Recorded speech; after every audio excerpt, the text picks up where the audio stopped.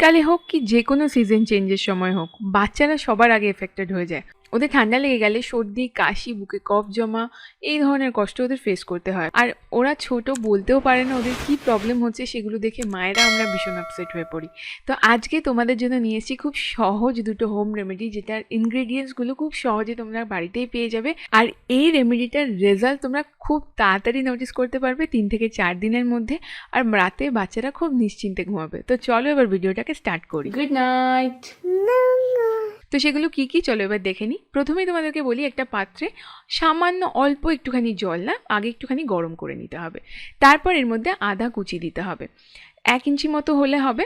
এই আদাটাকে ভালো করে জলের সাথে ফুটাতে হবে। আর তারপর 1 থেকে 2টো গোলমরিচ এর মধ্যে দিয়ে দিতে হবে। দিয়ে ভালো করে এই জলটাকে বয়েল হতে দিতে হবে। আস্তে আস্তে এর যে এক্সট্র্যাক্টসগুলো সেগুলো জলের সাথে মিশতে শুরু করে দেবে। আর তারপরেই কিন্তু এটা খুব ভালোভাবে কাজ করবে। এবার কোয়েশ্চেন থাকতে পারে যে তোমরা এই কোয়ান্টিটিটা পুরোটাই কি বাচ্চাদের দিয়ে দেবে কিনা। না, একদমই না। পরিমাণ বুঝেই আমাদের দিতে হবে, সেটা আমি পরে বলছি। প্রথমে তোমাদেরকে বলি এই আদা আর গোলমরিচের কি কাজ হবে।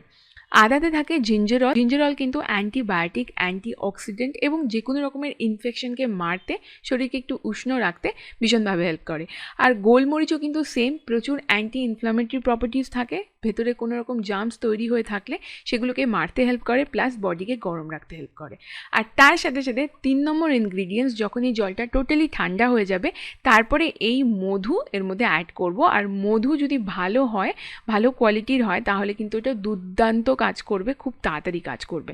মধু কিন্তু যে কোনো রকমের ইনফ্লামেশনকে কমাতে, সর্দি, কাশি, কফ এগুলোকে কমাতে, আর কফকে গলিয়ে পটির সাথে বের করে দিতে ভীষণভাবে হেল্প করে।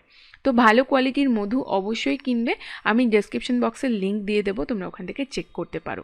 যত ভালো কোয়ালিটির মধু হবে তত ভালো তাড়াতাড়ি রেজাল্ট তোমরা দেখতে পাবে। এবার ভালো করে এটাকে মিক্স করে নিয়ে এবার তোমরা বেবিকে দিতে পারো। এবার কোয়ান্টিটিটা আমি তোমাদেরকে বলি। যদি ছোট বাচ্চা হয়, মানে 1 বছরের বাচ্চা হয়, তাহলে ছোট চামচে 1 চামচ দেবে। 3 বার দেবে, মানে সকালে একবার, দুপুরে একবার, রাতে একবার, 3 বার দেবে। আর যদি তার থেকে বড় হয়, মানে 2 বছর, 2.5 বছর এরকম হয়, তাহলে তোমরা ছোট চামচে 2 চামচ দেবে, সেটাও 3 বার দেবে। আর তার থেকে যদি বড় হয়, যেমন গিরিকার এখন 4 বছর, দেখো আমি কাপের একদম তলাতে দেখো কিছু কোয়ান্টিটি নিয়েছি, এই পুরোটাই কিন্তু আমি ওকে দেবো। তো এরপর যত বড়ই বাচ্চা হোক না কেন, সেইভাবে কোয়ান্টিটি বুঝে তোমাদের দিতে হবে। কোনোভাবেই ছোট কাপের, হাফ কাপের উপরে যেন না যায়। এটা কিন্তু 3টে জিনিসই প্রচণ্ড গরম, শরীরকে প্রচণ্ড গরম করে দেবে, এতে পেট গরম হওয়ার সমস্যা থাকতে পারে। তো কোয়ান্টিটি তোমাদেরকে বুঝে দিতে হবে।